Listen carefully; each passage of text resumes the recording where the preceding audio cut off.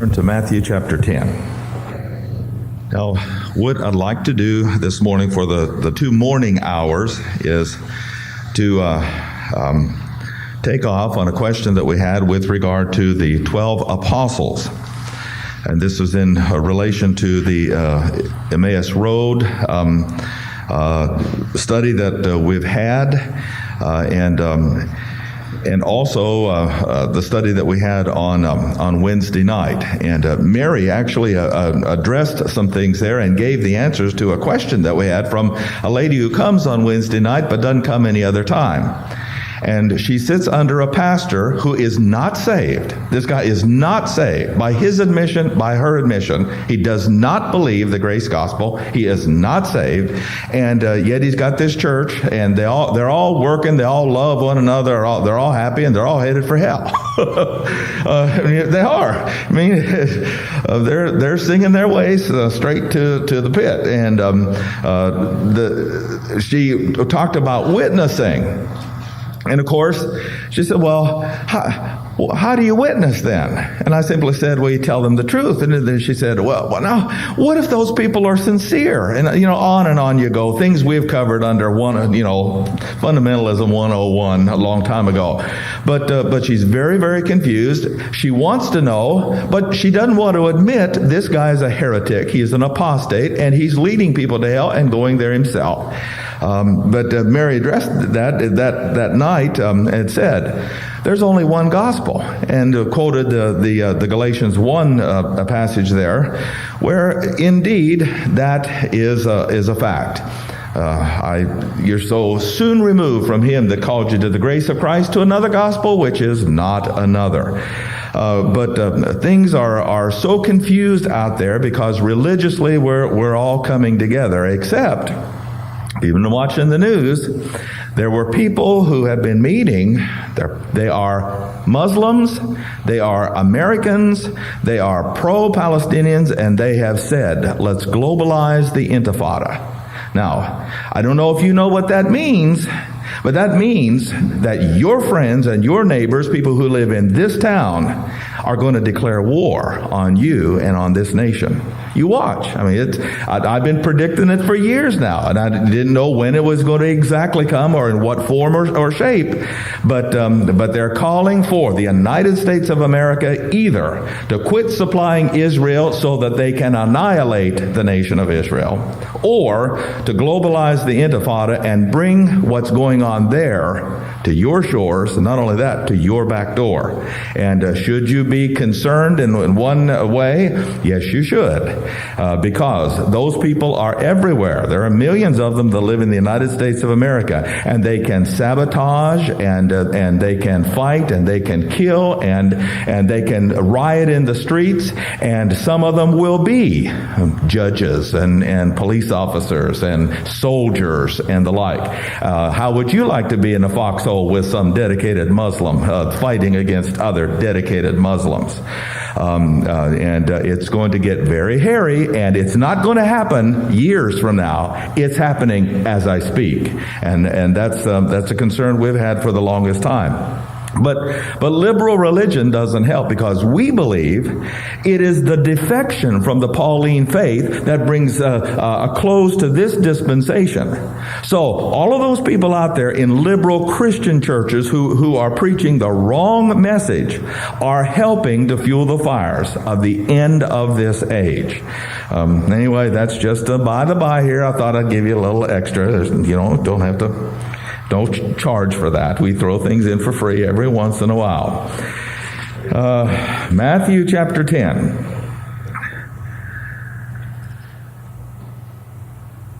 Now, we are going to study this morning the 12.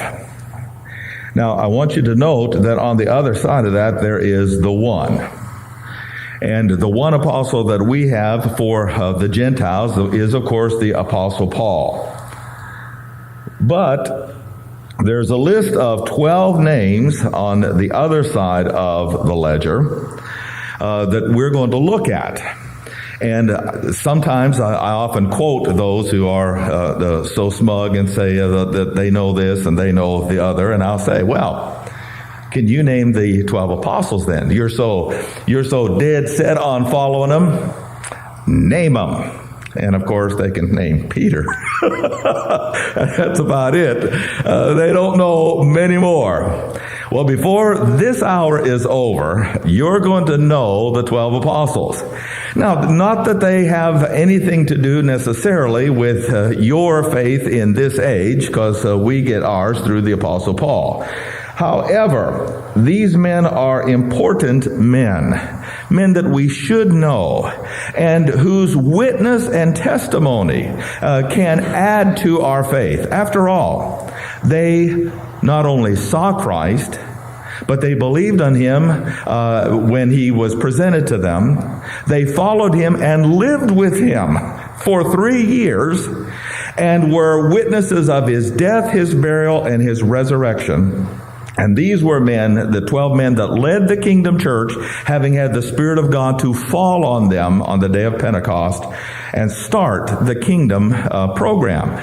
So though we downplay the influence of the 12 in our dispensation, these are important biblical men. As a matter of fact, they rank up there amongst Moses and Abraham and David and the like, simply because, as John says in 1 John, our hands have handled of the word of life. We've seen him.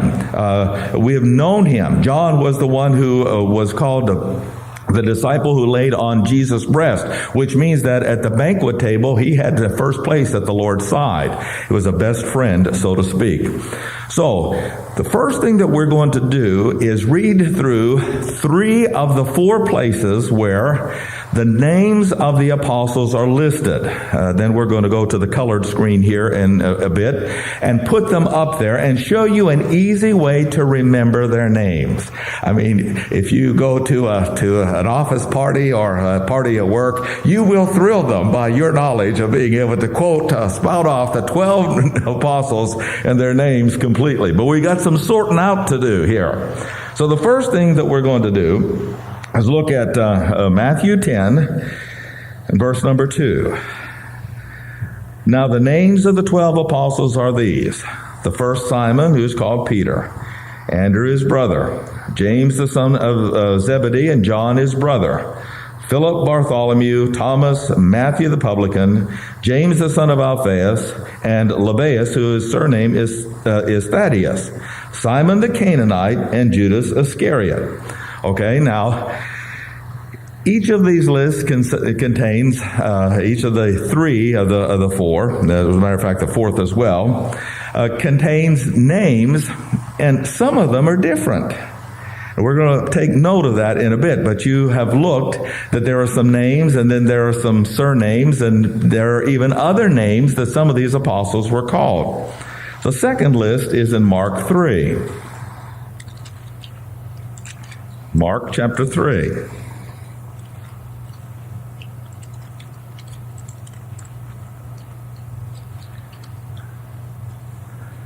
And what we're going to do is more or less reduce the names down to the most common names that they went by. Mark chapter 3 and verse 16. Simon he surnamed Peter, James the son of Zebedee, and John his brother, and he surnamed them Boanerges, which is speaking is the sons of thunder. Andrew, Philip, Bartholomew, Matthew, Thomas, James, the son of Alphaeus, Thaddeus, and Simon the Canaanite, Judas Iscariot, which also betrayed him. Now, did you miss somebody there that was... Let's continue reading. Luke chapter 6.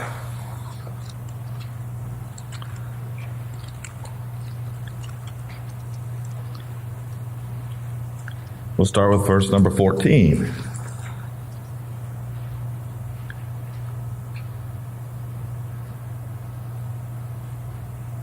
Simon, whom he also named Peter, Andrew his brother, James and John, Philip and Bartholomew, Now, you notice something here about Bartholomew, and then his name was missing in the other list, but the guy by the name of Thaddeus was there.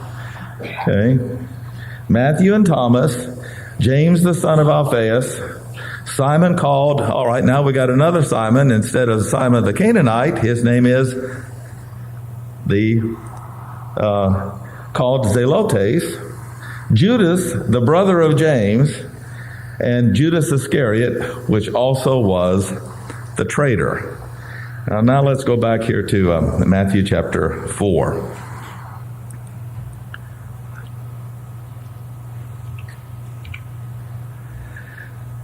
Okay, here's how we're going to put them together so that you can remember them.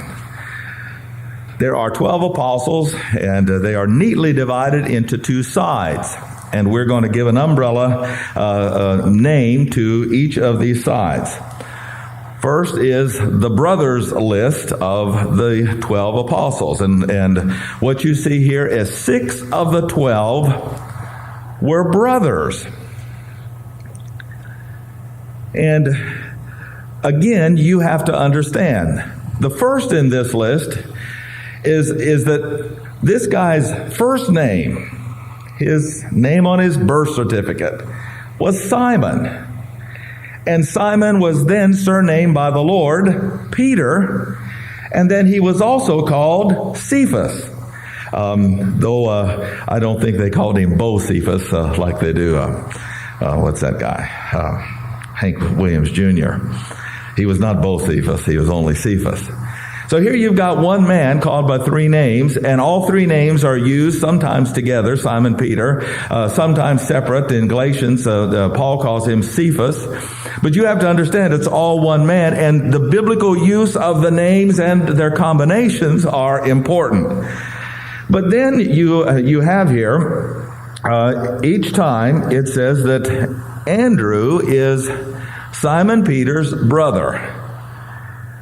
You know how you go in and you introduce people, or you introduce as well. I'm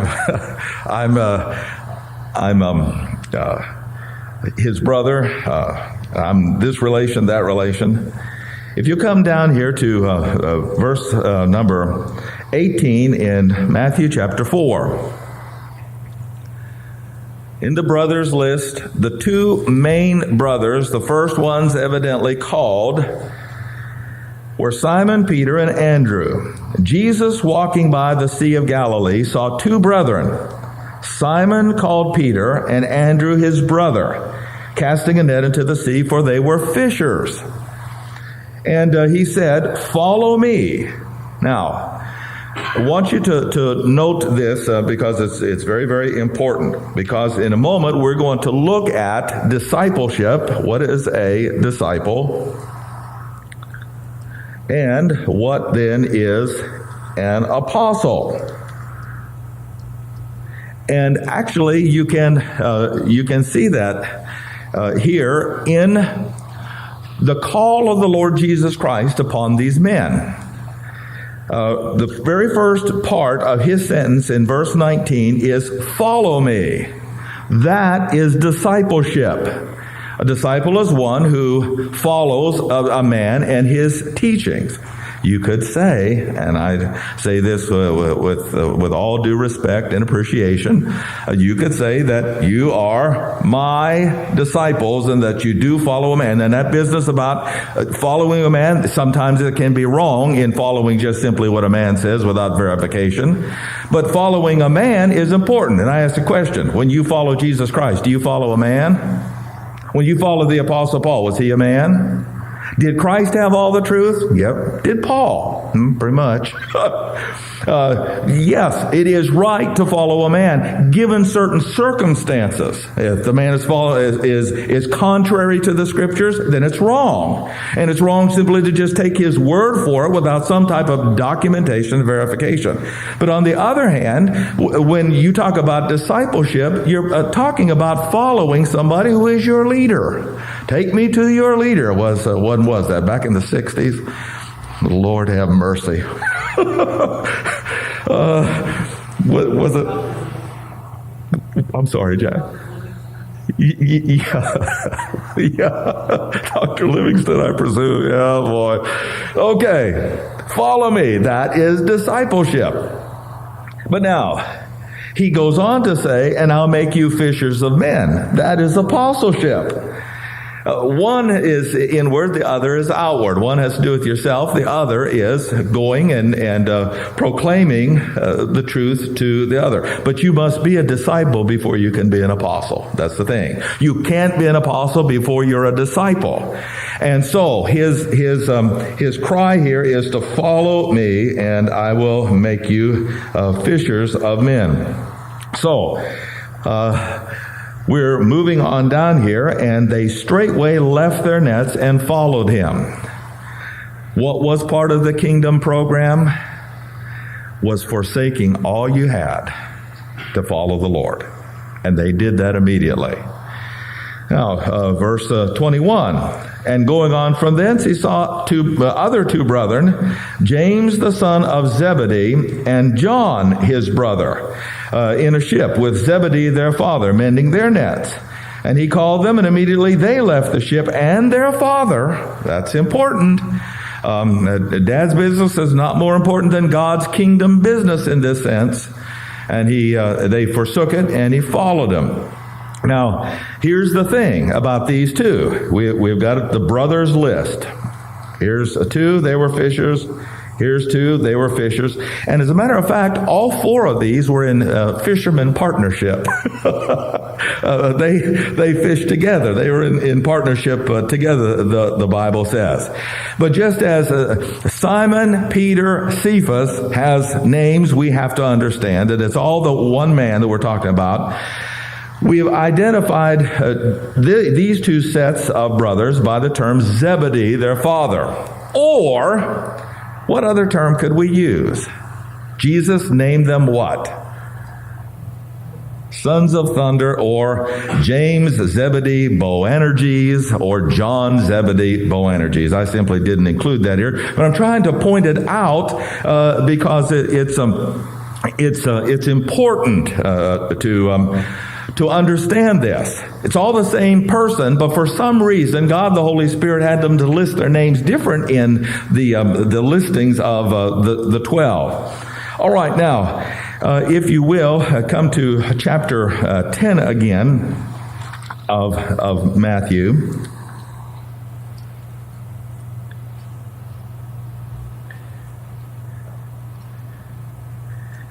And you'll note here, last part of let's look at the last part of verse 2. The first of the 12 is Simon, who is also called Peter, Andrew his brother, James the son of Zebedee, and John his brother. So we've got these guys, and it's real easy. We've got three lists of two brothers each: Simon, Andrew, James and John, Zebedee, and James and Judas Alphaeus.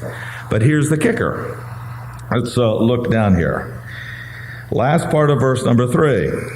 James the son of Alphaeus, but it says here, Lebbaeus, whose surname was Thaddeus. Oh, joy. Who is this guy? You know who this guy is? Judas Alphaeus, the brother of James. But he has two other names that can be listed. You say, who's one of the 12 apostles? Well, Judas Alphaeus, yes. Lebbaeus, yes. Thaddeus, yes. Well, if you add these names together, now you got 14. No. Judas Alphaeus is one guy who is also called Lebbaeus, who is also called Thaddeus. It's all this one fella right here. Let's come to Mark again, chapter 3. Mark chapter 3.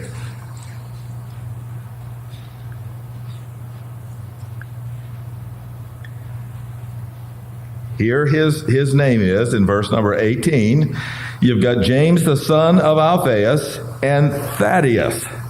Over here in Matthew chapter 10, you've got James the son of Alphaeus and Lebbaeus, who is also called Thaddeus.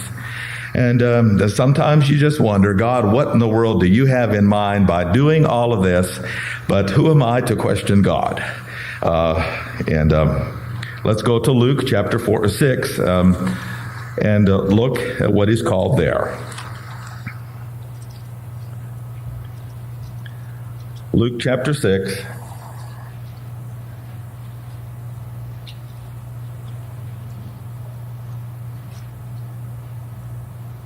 And it says in verse number 15, last part of the verse, James the son of Alphaeus. Then it talks about Simon. Then it says Judas the brother of James. So now we finally figure out Judas is the brother of James Alphaeus, and Judas is also called Lebbaeus, and he is also called Thaddeus. Now, what we've done here for you, hopefully, is simplify things. We can call Judas Lebbaeus. That is a surname. That would be a synonym, as it were. We can call him Thaddeus. So if you ever see Thaddeus, you know who he's talking about. The first 6 guys in the list are all brothers, and this is the way you should initially remember them. Simon Peter, who's also called Cephas, Andrew, his brother, James Zebedee and John Zebedee, who are also called Boanerges, James Alphaeus and Judas Alphaeus, and Judas Alphaeus is also called Lebbaeus and Thaddeus. Okay, well, I hope you got that. You should be able to remember 6 of the 12 anyway, because there are 3 brothers, and these are their main names: Simon, Andrew, James, John, James, and Judas. But you have to distinguish between James and John Zebedee, James and Judas Alphaeus, because this guy is also called by 2 other names in Scripture, Lebbaeus and also Thaddeus. Okay, we see questions. Question? We're not taping. What's the question? In Luke 6:16, in mine, it says Judas was the son of James. Oh, okay. You have the New Schofield? I Schofield, I don't know how to do it. Yeah. No, but I mean, you have the New King James. Mine's Schofield. Oh, okay.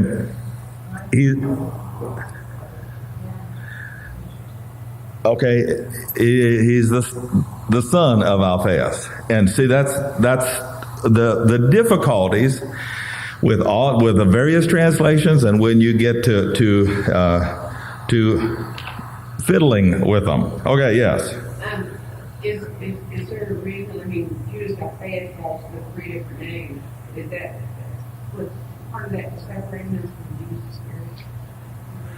Well, not necessarily, because he's already Alphaeus. Okay. So could the father Alphaeus also have been named James? Okay. Alphaeus was the father's name. His birth, like, okay, yeah, we never know. The reason I put Alphaeus is just simply to distinguish that James and Judas don't have a last name as James and John that I know of biblically. But because their father is mentioned, I've given them their father's first name in order to help you to distinguish who they are. Now, if you want a kicker here, let's go to Matthew 9:9. Matthew 9:9.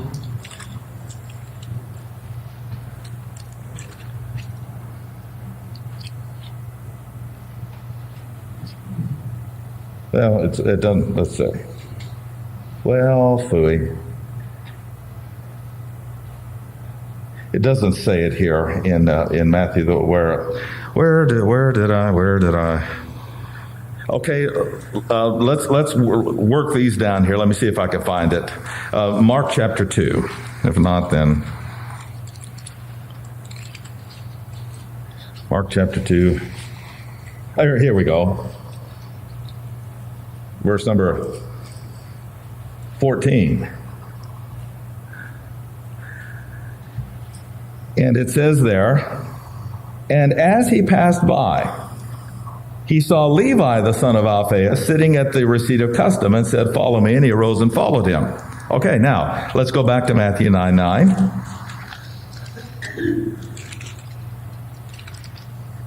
And verse number 9, and it says, "And as Jesus passed forth from thence, he saw a man named Matthew sitting at the receipt of custom, and said unto him, Follow me. And he arose and followed him." Now, which is it? Matthew or Levi? It's both. And he too had a dad named Alphaeus. That's what causes a whole lot of the confusion here. So, as we looked at our list, we've got we've got the brother side, or the brothers list, and the others list of the 12. And we noted then that this guy Matthew is also named Levi. And these two guys have a father named Alphaeus, and this guy Matthew has a father named Alphaeus. So what I've done in this study is try to boil it down to the basics so that we can get who all these guys are. Because often people just simply do not know, and they read these and, well, now this says one name, and this list says another name, and this other list says another name. Is he Judas, or is he Lebbaeus, or is he Thaddeus? Yes. Who's on first? Yes, he is all of these. You just simply have to figure them out. All right. Now, let's note this guy. He is called, if you go back to verse number 4 in Matthew 10, we're close to there.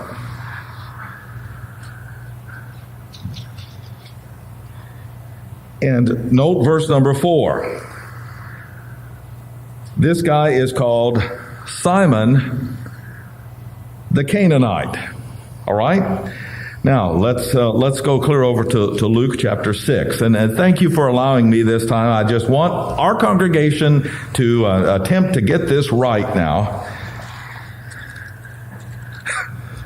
With all these names. Luke chapter 6. Okay? He is called in verse number 15, Simon called Zelotes.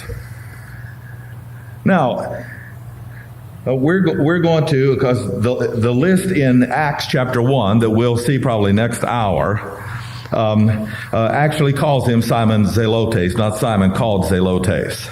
Now, this guy now has 3 different titles. Simon the Canaanite, Simon called Zelotes, and Simon Zelotes. How did he do that? All right. In the first place, what is a Canaanite doing in the list of the 12 Jewish apostles? Well, he's a Jew, trust me. He is not a Canaanite. What he is Zelotes means the zealot. The Canaanite means zealous for the land of Canaan. For whom? Israel. You see, and that's what he was, a zealot. And finally they said, look, this is confusing. Let's just call your last name Zelotes. And so that's what they did. Simon Zelotes is what he finally wound up with, because evidently it was getting even confusing for them. The Lord would say, Simon, and 2 guys would answer, yes. James, yes. Anyway, the rest of these aren't that much harder. So Simon Zelotes is a guy that is one who was zealous, a Jewish zealot for Canaan land. And he was undoubtedly wanted the Lord to take arms and he'd draw his sword real fast. Okay, let's kill these guys and bring in the kingdom and the like. That's the kind of guy that he was. Okay, I can see our time is almost up here. We'll start with number 9 in a moment, but just a brief bit of review to let you mull them over, your coffee and your goodies. The brothers list, 6 guys, 3 groupings of brothers. Simon, Peter, Cephas, Andrew, his brother. James, the son of Zebedee, John, his brother. James, the son of Alphaeus, and Judas, his brother.